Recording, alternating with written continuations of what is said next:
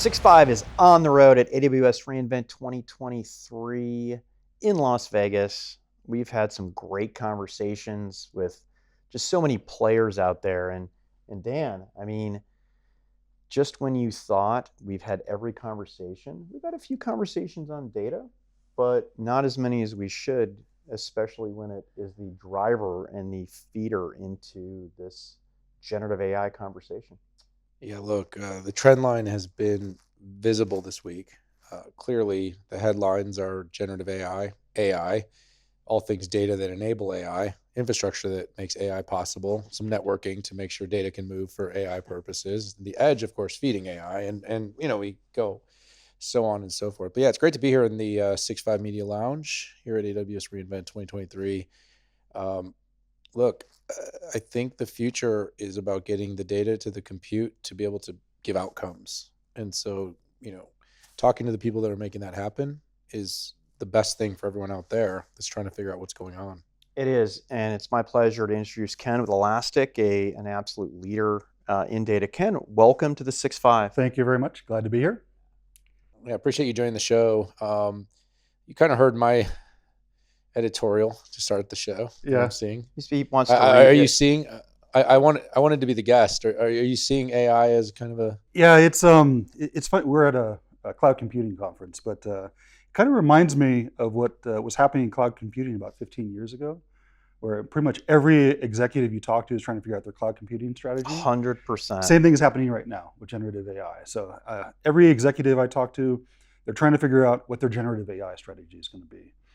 They're trying to prototype, trying to figure out how to experiment and figure out like what are they going to do? Like how are they going to take advantage of this boon to productivity that is generative AI? So I'm seeing sort of a mirror of what was happening 15 years ago in cloud computing now happening for generative AI. And isn't it? I think it's ironic too that we keep talking about data. I mean, when I'm in college, I'm learning garbage in, garbage out on a deck vax, and it's just like aging yourself. It's just like the themes continue. You look right? good for 77 though. And here yeah, exactly. And 3 grandkids. But here we are in 2023. Again, not having the exact same conversations, but we're having this big data conversation. Again, now still. Yeah, well, there's more data. Like there's massive amounts of data. It used to be that you couldn't get enough data out of your systems. Now I think people are kind of drowning in data. There's logs for networking, logs for applications, there's metrics, there's traces, there's just tons of data. Well, we fractalized everything, right? We fractalized infrastructure from on-prem one app on one server in your own data center to colo, hybrid multi-cloud, sovereign clouds to the edge. You forgot fractalized the edge. Microservices, managed services. Yeah, the applications, right, have fractalized too as well. So you kind of long for the days of nice mainframes where everything was just in one system. Scale up, baby, right? Well, I think we'll get back to that though, because don't we always kind of do that? We do ebb and we flow. We got this like we're going to do everything out. We're going to do terminal services, and then we're going to go back and rip everything. Then we're going to move to there was an announcement today from AWS on basically a terminal service. So there we go. Back to the future. Exactly. We'll get back to the point. It'll be just one giant. They'll turn one of these hotels into just one computer. It'll feed the world. Like everything just be full of GPUs and CPUs. And listen, I'd like to talk enterprise. Sort of, the ground truth always comes from the CIOs, CTOs that are solving the problem you have. They're not really trying. They're trying to solve a productivity challenge. They're trying to drive more revenue to their companies. They're trying to make customers happier. But in order to get to these AI euphoria, they have to get their data right. They've got to get all their systems organized and such. So what are the challenges that you're seeing at Elastic as you're sort of working with these companies? What are the challenges with DevOps, with SREs, and of course with the executives to kind of get their ecosystems right? With I'll answer for generative AI first. Like the big thing that we're seeing with generative AI is companies are trying to figure out how to take advantage of these technologies with their private data, right? So they have all this private data, they have these public LLMs. How are they gonna work with these public LLMs? And that's what they're looking for. How do I use without having to sort of train my data, train these LLMs on private data, without having to fine tune. Which can be extremely expensive and require lots of specialized skills. How do they do that? So what we're finding is companies are looking for a way to create a bridge to these LLMs, and that's where Elastic has been coming in in the context of generative AI is helping create the bridge to these large language models, where anything that has been indexed and managed through Elasticsearch can suddenly be accessible to these large language models via a process called retrieval augmented generation, or RAG. So we're seeing a lot of companies who have already invested in Elasticsearch and already indexed their data for search suddenly are able to take advantage of the power of generative AI without having to do much at all, because they've already indexed and managed that data. Are they just magically going to like upload all the data they haven't uploaded for 50 years? And how do we have our cake and eat it too here? And everybody's trying to work through that. And you recently came to the table with a new query language, Elasticsearch Query Language. I know to try to knock down some of these challenges. And I know it's trite to say, hey, everybody needs a new language to work with, right? As opposed to something different. But why did you create it, and what are some of the specific pain points that you're solving for here? Yeah, so ESQL is a new query language and a new query engine. It's built directly into Elasticsearch. And what we were trying to solve for this was trying to be able to use one query language for all the different types of data you have. So typically, if you are working across, say, metrics and logs, you often had to have different tools for doing that. So with ESQL, you can have one language, one query engine that works across all the different types of data you have in the different data silos. It is a piped query language, so it's meant to work on unstructured data, but it also works on structured data. So you can use it for structured or unstructured data. And we've also borrowed a lot of the things that people love about structured data tools, like the ability to do joins and lookups and unions of data, the ability to do aggregations and Right. math, the ability to create fields on the fly. So there's a lot of new powerful capabilities in this that I think are going to allow operators and practitioners, DevOps practitioners, as well as security practitioners, to be able to use one tool to pull different data sources and create new experiences on top of that. So the company's expanding its capabilities. Obviously, it has a very rich heritage with Elasticsearch. It's well known, and coming into you were sort of like the platform that was really kind of built for this. I remember talking to Ash about this. Like, you were sort of doing this, what was going to be needed. The early era of GenAI, I was saying, it's really all about enterprise search. It's all about the ability to really get through all that data, make it very well organized, searchable, getting different structures and unstructured. And you've been thinking about solving this problem at Elastic, for a long time. And now as you're moving into these new areas, you're trying to democratize the AI capabilities. You're building assistants. You're talking a little bit more even about like observability now, which is different. Like, how is the kind of you're the product head, so how are you guys kind of thinking about the evolution of the product, right? And then how does the evolution sort of fit in with this generative AI boom? Um, in terms of building the company's serviceable market. Yeah. So the company began with Elasticsearch, which is the most popular search engine of all time. It's been downloaded 4.2 billion times. It's Yeah, used by it's powering search everywhere. 100% of the Fortune 500 use it in some way. You never get 100% of anything, but so it's becoming a ubiquitous part of the modern tech stack for application search and product search. But one of the things that happened a few years ago is people started using it for log analytics. They realized you could search through logs. And as people started building experiences on top of logs, we realized that we could expand into observability and we could expand into security. Security threat hunters are essentially looking through logs. They're trying to find a potential malicious activity in logs. And that took us into observability as we started to look at other areas of observability that we could go into. So we started acquiring companies to help us with profiling and tracing and other aspects of observability. And the same thing with security. Through acquisition or through development of our own tools, we expanded into endpoint protection and cloud security and identity analytics. So today we have three businesses essentially. We have the core search business, which is focused on developers that want to add search to their applications. The observability business, which is focused on sort of the SRE DevOps persona, and the security business, which is focused on tools for the modern day SOC. So just a quick follow on there. I mean, it was an interesting pivot, not because you were so successful in that one area, and you kind of also had all the share, right? At some point you say, well, how do you grow? Obviously, as data sets grow, data size grow, you're growing Elasticsearch because, people need more. Yeah. But getting into that though, that was there are a lot of companies that have kind of tried to get into the monitoring and logging. Like, you must have felt you had something in the stack that you've built, in the technology that you built, that really made you unique. Yeah.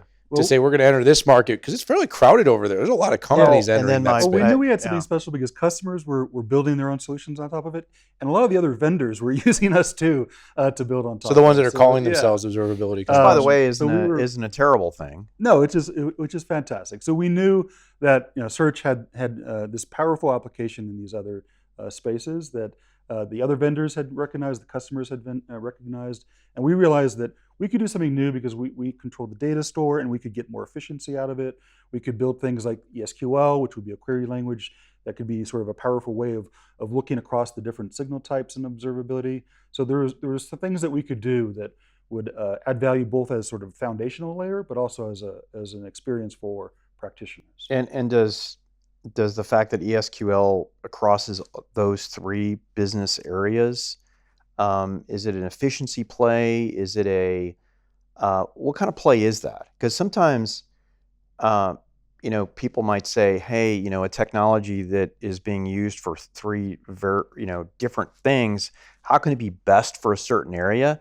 And that's typically the response of point product vendors. But what's the value of having ESQL across the stack? There's lots of commonality between observability and security, for example, where if you think about detection rules, you're going to create a detection rule that is going to run proactively in real time or reactively. It's going to be based on a query. And that query is going to, it's going to pull from various different data sources and look for some pattern.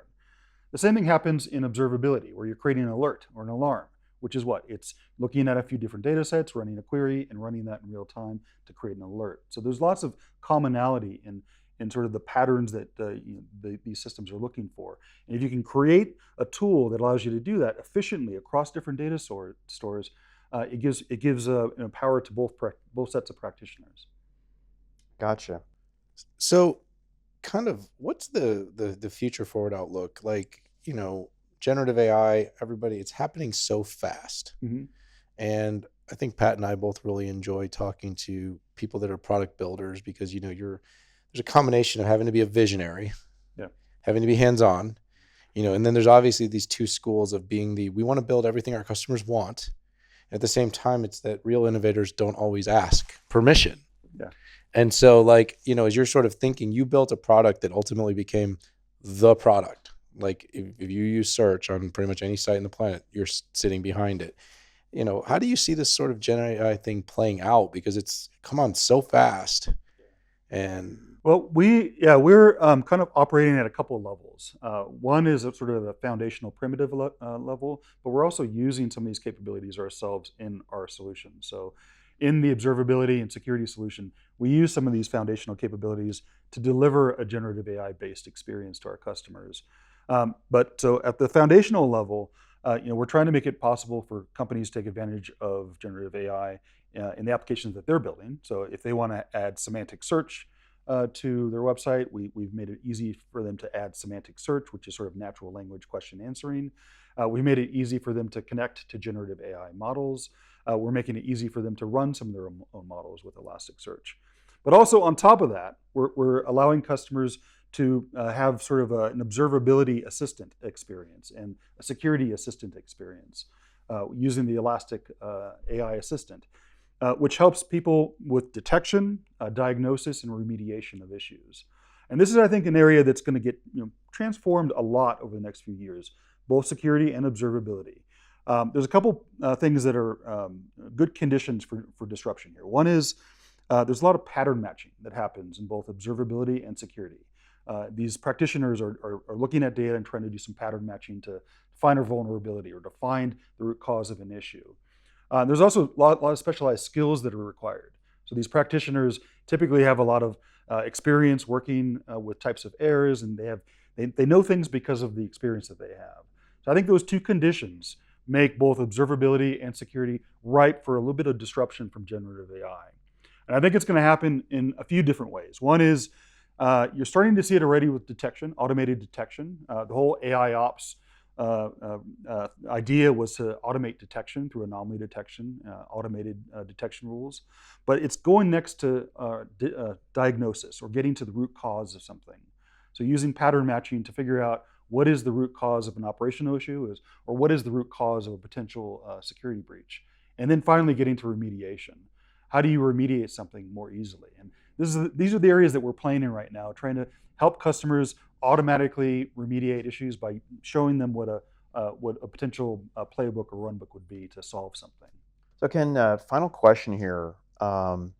What should, I mean, you don't lack awareness because you have so many customers and there's so many downloads that are out there, but what do Elastic customers need to be doing more of now to get them ready for this future in 2 to 5 years that maybe they're not thinking of, or maybe they're not moving quickly enough, that you're maybe seeing, the rabbits moving quickly? My best recommendation is, if you're not experimenting with generative AI now, you're already late. So, like, first and foremost, start experimenting. Start figuring out how to take some of the things that you've been trying to automate, like customer service or marketing automation, and start looking at potential uses of generative AI. And if you're working with Elastic already, we are already working with your data. We've already indexed your data, and you can automatically connect to a large language model to start building generative AI applications. The other thing is, while you should experiment, move fast, break things, remember that you want to keep your private data private, and you want to make sure you're respecting the permissions of what you've done. You don't want to just copy and paste things into ChatGPT and be away with it. But you need to think about, like, what is the permission and security structure you want to maintain. And if you've been using Elastic and Elasticsearch, you've already been indexing and using our permissions and security models. You've already been using RBAC or document-based permissions. All that gets preserved as you move towards generative AI as well. Appreciate that. Mm-hmm. Yeah, it sounds like you've made a big commitment to taking the kind of core architecture and then expanding it to these new trusted kind of solutions and tools that people really need and B really benefit from. And of course, it's a great way to diversify the portfolio, expand the revenue base, and be there to support customers, because all this generative AI also means this huge, massive influx of data. It also means just structural changes to how companies' IT environments look, feel, and operate. Yeah, and also just making it sort of push button simple. Like, if you want to go from lexical search to semantic search, that should be easy. If you want to suddenly go to generative AI, that should be easy. If you've already worked in structuring the permissions and document-based permissions on your data, already indexed with Elasticsearch, you should be able to do those things, and it should be easy. And we want to make it easy for you. Well, it's going to be great to watch the continued evolution. We're already seeing search as we sort of know it changing radically because of generative AI.